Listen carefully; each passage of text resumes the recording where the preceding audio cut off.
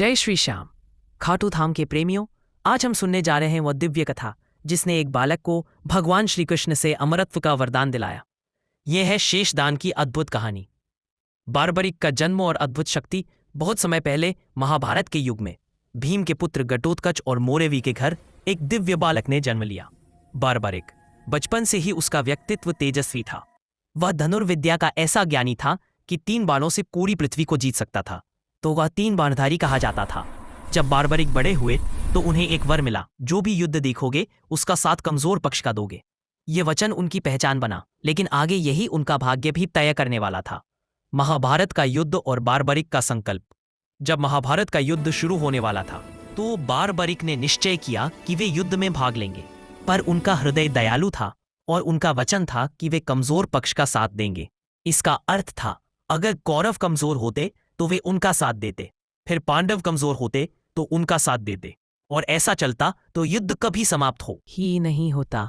भगवान श्री कृष्ण, जो युद्ध के सारथी थे, यह जानते थे कि इतना शक्तिशाली योद्धा अगर कमजोर पक्ष का साथ देता रहा तो महाभारत का संतुलन बिगड़ जाएगा। श्री कृष्ण का परीक्षा लेना। कृष्ण साधारण ब्राह्मण के वेश में बारबरिक के सामने आए।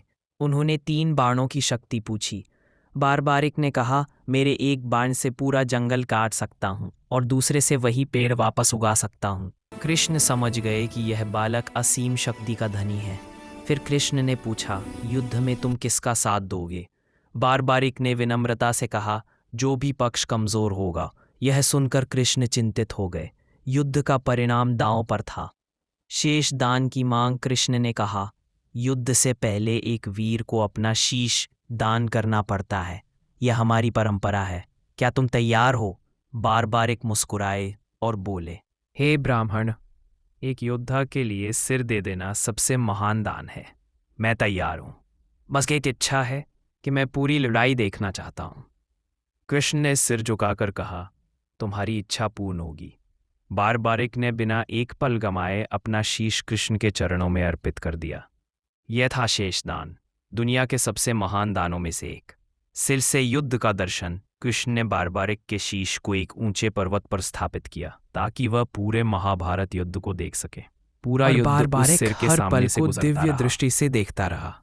युद्ध के बाद जब पांडव यह चर्चा कर रहे थे कि विजय का श्रेय किसे जाता है, उन्होंने बारबरिक से ही पूछा, क्योंकि वही एकमात्र साक्षी था जिसने सब कुछ अपनी आंखों से देखा था। बारबरिक ने उत्तर दिया, मुझे हर जगह एक ही योद्धा दिखते रहे, श्री कृष्ण। सारी जीत उन्हीं की है। कृष्ण का वरदान और खाटू श्याम का जन्म। बारबरिक के अद्भुत त्याग को देखकर कृष्ण अत्यंत प्रसन्न हुए। उन्होंने वरदान दिया, कलयुग में तुम्हें मेरा ही स्वरूप माना जाएगा। लोग तुम्हें श्याम नाम से पूजेंगे। जो किसी भी मनोकामना से तुम्हारे पास आएगा उसे निराश नहीं लौटाया जाएगा।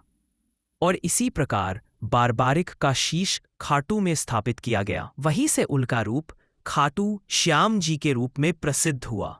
आज का संदेश खाटू श्याम जी की कथा हमें सिखाती है, सच्चा साहस त्याग में है। शक्ति का उपयोग सद्मार्ग के लिए करें, और सबसे बढ़कर भक्ति में विश्वास हो तो असंभव भी संभव होता है। समापन। अगर कहानी पसंद आई हो तो जय श्री श्याम बोलकर कमेंट करें। श्याम बाबा आपकी हर मनोकामना पूरी करें। जय श्री श्याम।